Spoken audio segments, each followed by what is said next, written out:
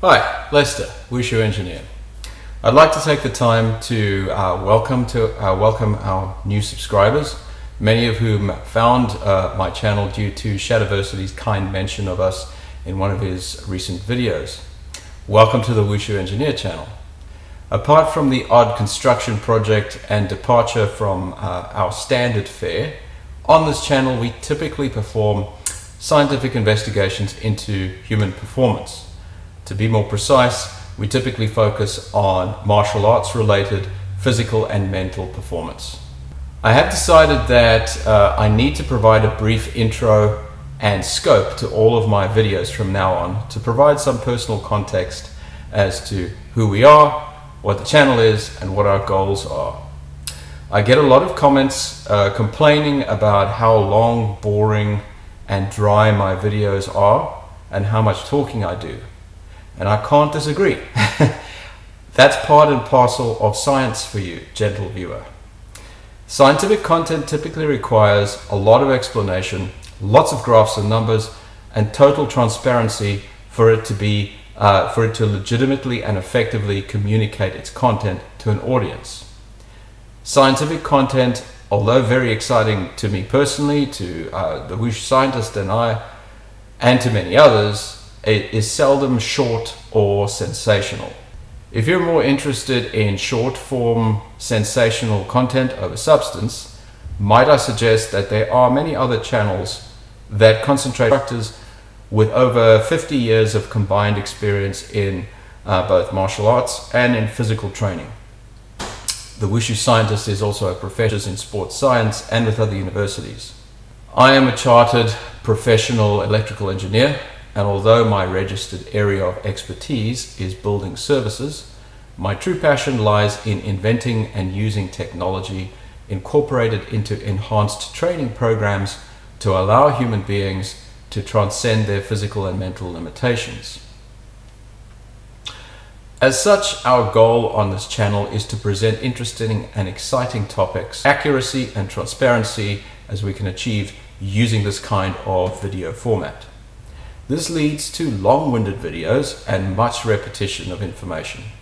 There have been several comments requesting that I remove certain sections of my explanation and put out dedicated videos that are reference rather than repeating content. Now that is actually a really good suggestion, but not everyone accesses YouTube content in that way. Many people will not follow links to other videos and are thus left frustrated due to lack of explanation and information. Attempting this kind of approach in the past has led to criticism and requests for more information. So, I will typically repeat information as appropriate to my videos. However, what I will do from now on is to timestamp videos into sections, such as introduction, apparatus, method, which are martial philosophy, or Quan Dao, martial concepts, or Quan Li, form routines, Quan Jie, and actual application or usage training, Quan Gong. He used to state that all four of these aspects are important application practice. So in our case, forms training is a very important and integral part of our martial arts training routines. I will typically train forms for at least a quarter of my daily training routine. Now, martial arts forms and katas get a very bad rap these days from many contemporary martial artists and self-defense experts. In fact, many self-defense experts claim that their systems are quote-unquote not based on martial arts, which in my opinion displays a very keen lack of self-awareness. I have yet to see one of these experts demonstrating a technique that is not already part of an existing martial arts system. Not to mention the fact that their response against martial arts in general requires martial arts to exist in the first place. They do not exist in the vacuum that they claim that they do, but instead they operate in the space created for them by pioneering martial artists without giving credit where credit is due. Those who criticize forms and katas claim that there is no benefit in practicing martial arts in this way. However, many of the same people who claim boxing, for instance. Shadowboxing can be described as a type of informal, uncodified martial arts form, or kata, involving both attack and defense, meant to train a martial artist in fighting techniques. And that is very similar to what shadowboxing is as well. Now, I will quickly say here that many people, perhaps even the majority of people, who practice forms or katas of combat, they will also often not understand how to translate movements within forms or katas into actual legitimate attack and defense techniques against a human opponent. This can be one of the dangers of training katas or forms, getting lazy. So I can understand the criticism. However, applying a broad brushstrokes approach to leveling this criticism at all martial artists who practice forms or katas is doing a disservice to martial artists that take their form work or kata practice deadly seriously. Addressing the many benefits of forms training is a very big topic and well outside the scope of this video. I'll have to address this more fully in future videos. Consider this video a primer, if you like, demonstrating only one of the minor benefits of forms training under scientific conditions. We decided to investigate how physically demanding forms training is when compared to another physically demanding type of training. It took us some time to decide on what we were going to compare forms training to, but eventually we decided on comparing it to the US Marine Corps High Intensity Tactical Training Program, or HITT. The US Marine Corps describes their HITT program as in the excerpt shown on the screen now. It is basically a type of high intensity interval training, similar to Tabata, but optimized for the US Marine Corps. In fact, we have our own high intensity interval training program that has been developed and optimized specifically for our system of martial art, which we call HIIT. However, in this case, in the case of this video, we thought that it might be cool to compare forms training to military high intensity interval training, something that will be perhaps, of course, will be better known than HIIT, and something that one might expect to be quite hardcore because it needs to support military combat and military combat athletes. Hence the comparison to HITT. So how do you measure the intensity of an exercise? Well, there are many physical markers that could be monitored. However, in this case, we decided to simply monitor the heart rate using a polar H10 heart rate monitor to measure exercise intensity.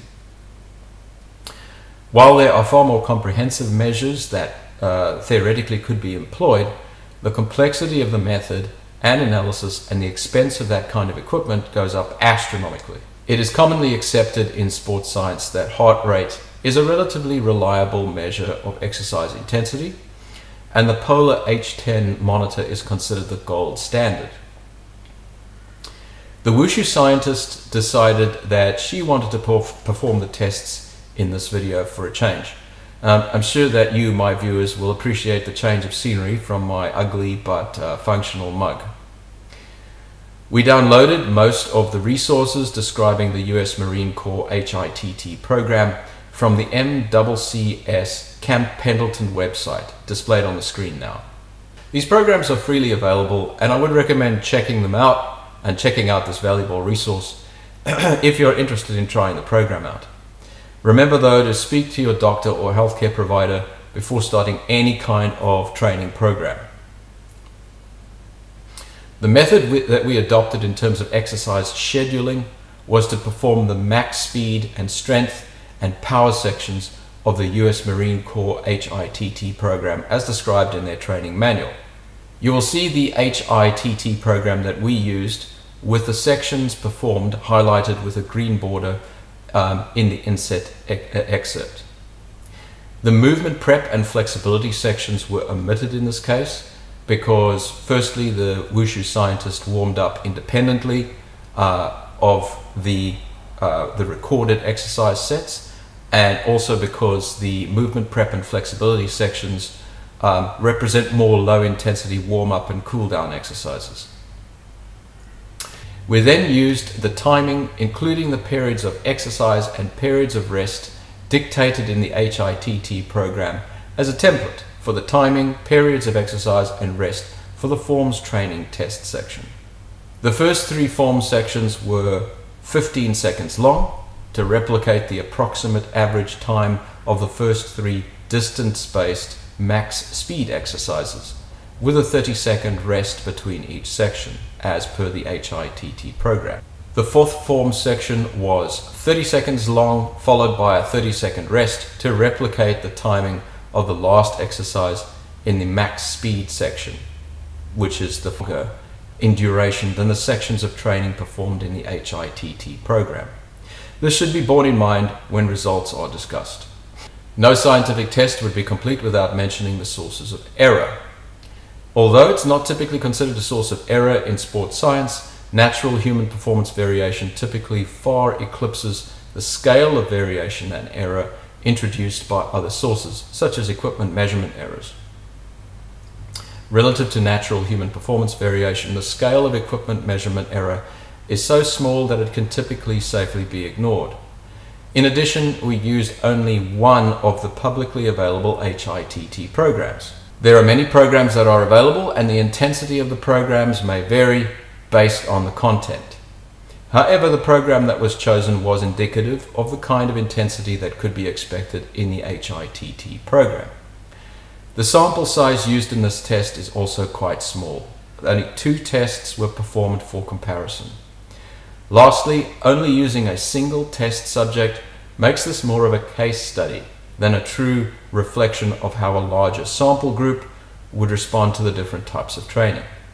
However, despite these potential sources of error and test limitations, the results can still be used to draw valid, albeit limited, conclusions. Without further ado, we'll go on to the Wushu scientist's performance. This is what the tests looked like. Okay, so I'm going to get set up. So I've got Cohen set up here. The first section, the max speed section, it involves doing a few exercises over 20-yard distance. So I've got cones set up here that are 9 meters apart. So I'm going to go there and back, which will be 18 meters, which is roughly 20 yards. Okay, so I'll get ready for the first exercise, which is ankling.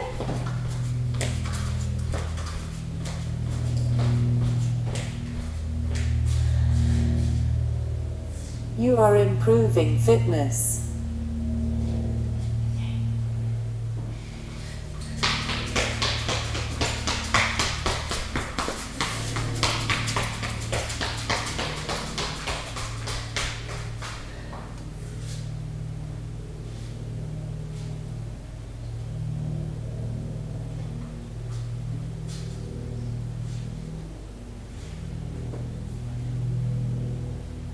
Then it'll be ankling with back kick.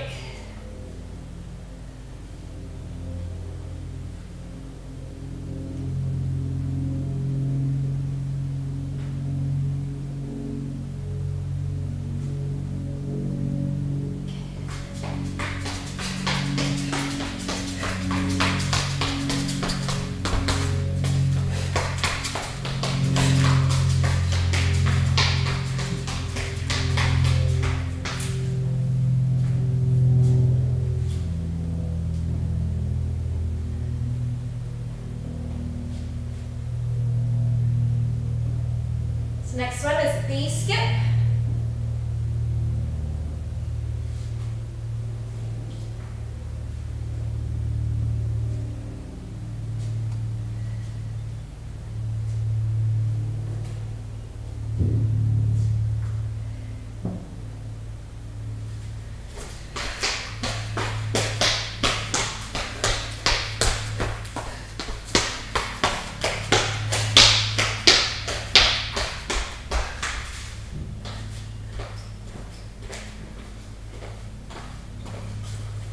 Last one is fast course, so I'll do 15 seconds on each side.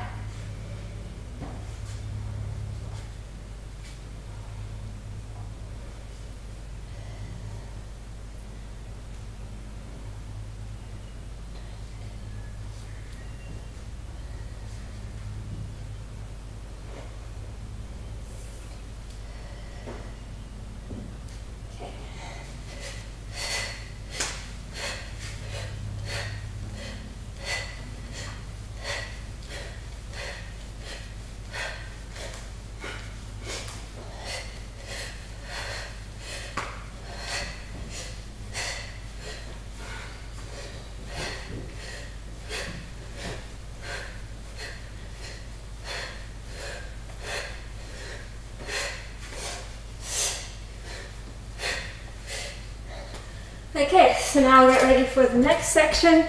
I'm going to set up a bit of a timer on my phone just to help me with those intervals.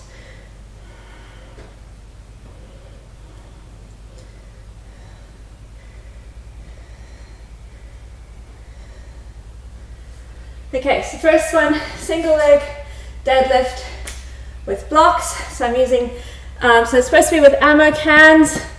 I'm going to be using 16 kilogram blocks here.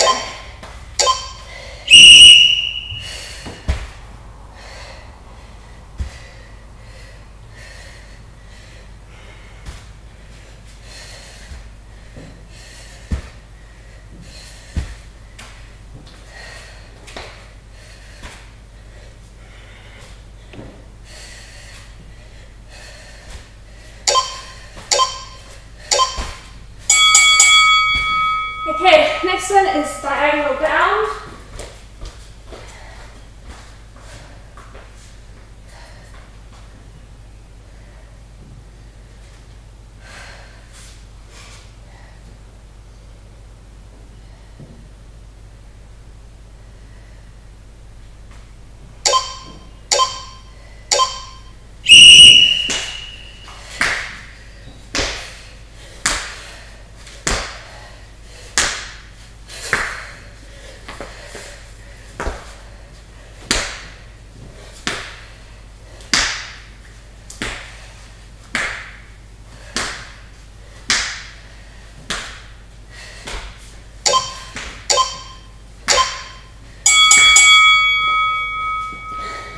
Okay, so next one, a lying chest row. So I've got a 5 kilogram medicine ball.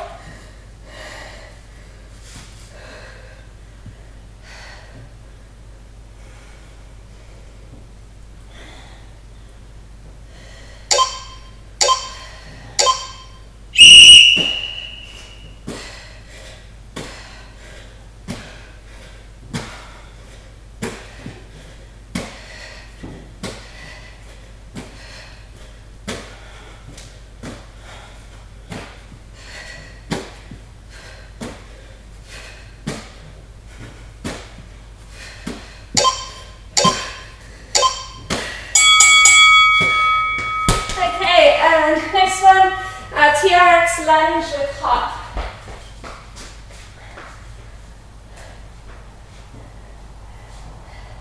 Just going to do this on one leg rather than changing around.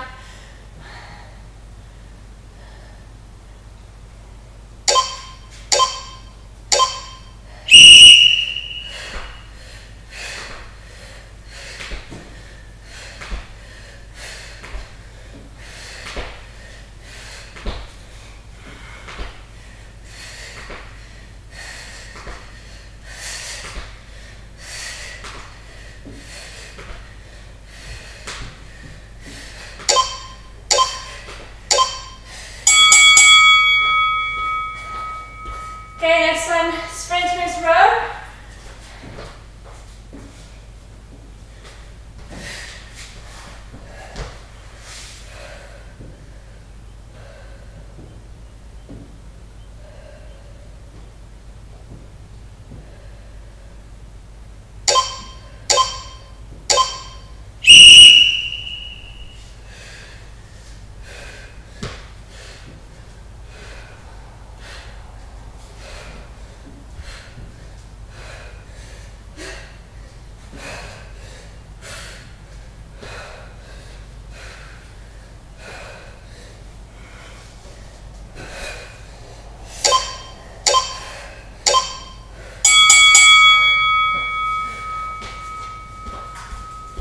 Next one is medicine ball Russian twists. Also using the 5 kilogram. Good.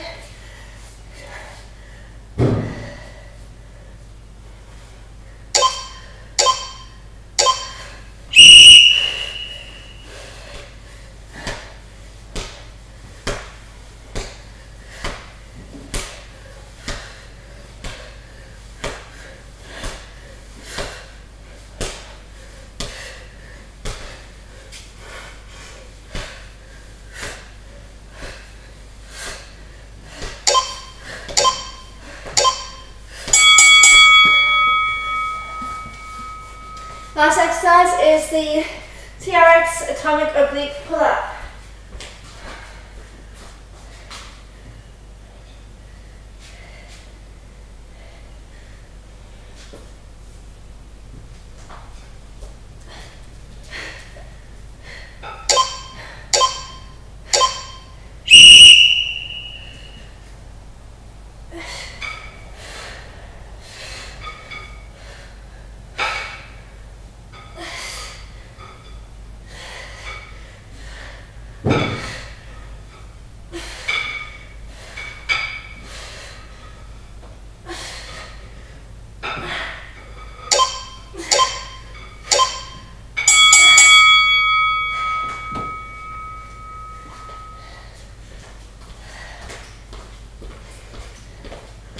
Okay, and there we have it. So in the workout, that strength and power section gets repeated twice. But I'm not going to be doing that today because what I'm going to be doing is replicating that, that workout in terms of work and rest times using traditional form work, and then looking at comparing the heart rates. So we will get onto that next. Well, we do have a range of weapon forms in our systems. I've limited the forms that I'm going to be doing today to bare hand forms, just for ease of transition from one form to the other. You are burning fat.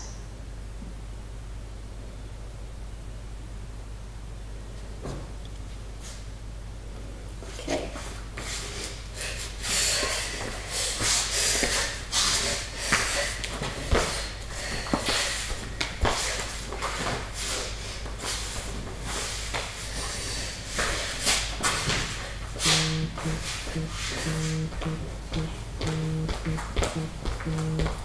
30 seconds rest. You are improving fitness.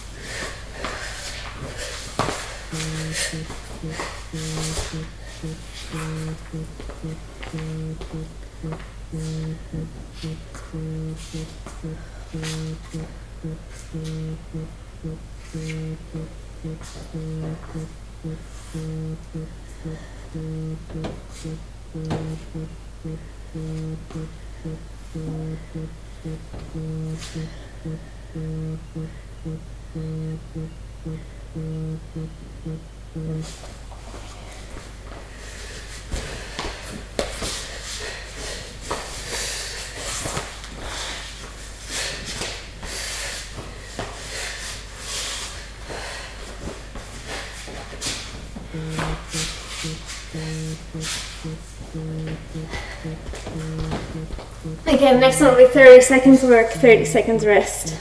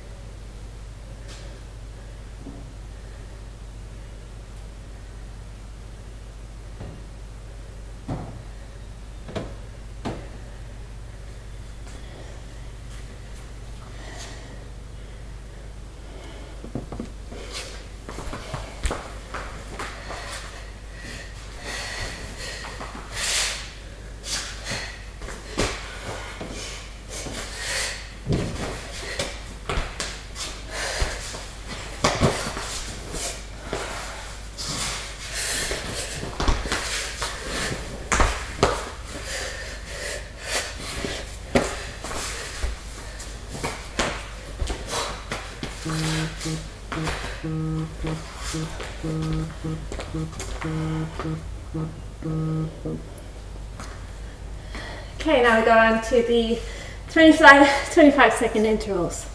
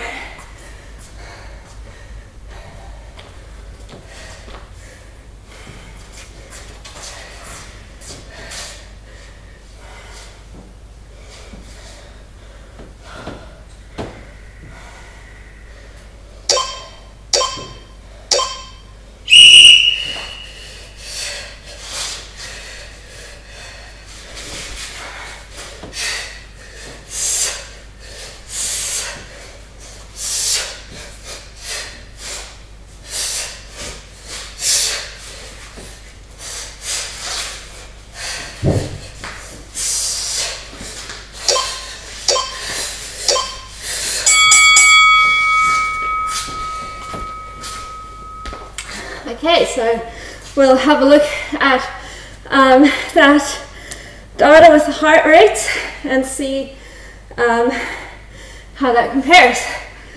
Okay. During the tests, the data was transmitted to a digital device from the heart rate monitor via Bluetooth connection. The data was extracted in the form of graphs showing heart rate with respect to time over the exercise program duration. And this is what the graphs from the two tests looked like.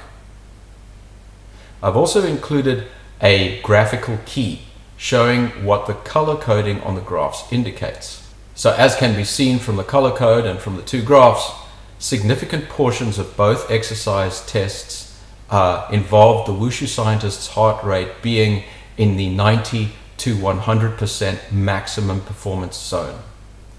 As a basic observation though, I will say that the Wushu scientist is less familiar with performing in front of onlookers in person or on screen than I am. As such, you will notice in the graphs of her heart rate that her starting heart rate is quite high because of performance anxiety. That is not a reflection of her resting heart rate, which is approximately 60 beats per minute. This is commonly seen when tests are performed involving monitoring the heart rate of athletes. Performance anxiety often causes the baseline heart rate to be somewhat elevated.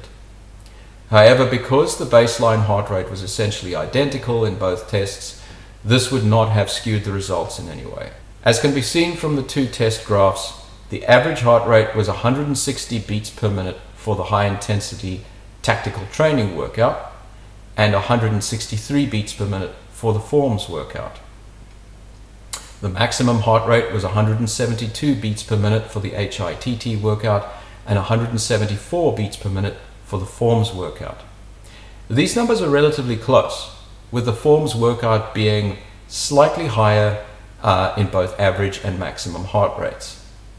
However, where the two workouts showed the greatest difference was in the percentage of time spent in each heart rate zone. The forms workout resulted in 62% of workout time spent in zone 5, maximum intensity, so 90 to 100% heart rate max, and 35% of workout time spent in zone 4, which is hard intensity, 80 to 90% heart rate max, with only 3% and 1% in zones 3 and 2 respectively. The HITT workout resulted in only 45% of workout time spent in zone 5, with 52% of workout time spent in zone 4 and 2 and 0% spent in zones 3 and 2 respectively. But these results are quite exciting, and they clearly show that while the performances were close, forms training required the Wushu scientists to operate in the maximum intensity zone far longer than did the HITT training program. In conclusion, forms training, when performed with intensity and focus, can be said to represent a very demanding form of physical exercise that rivals and potentially exceeds the intensity of the US Marine Corps high-intensity tactical training program.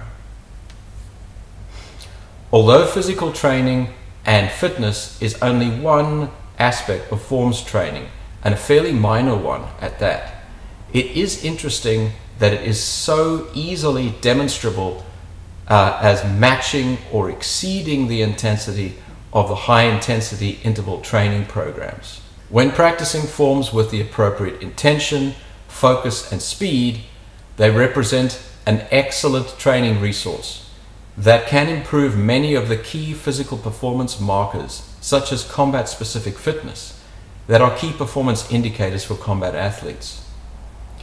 So, to summarize, and in summary, no. Those inflammatory YouTube clickbait titles are as cheap as the opinions expressed therein. Forms training is not useless, and it's nice to be able to so easily demonstrate one aspect of its usefulness that is so clear and incontrovertible. I hope you enjoyed this video, and I'll see you all again next time. Cheers!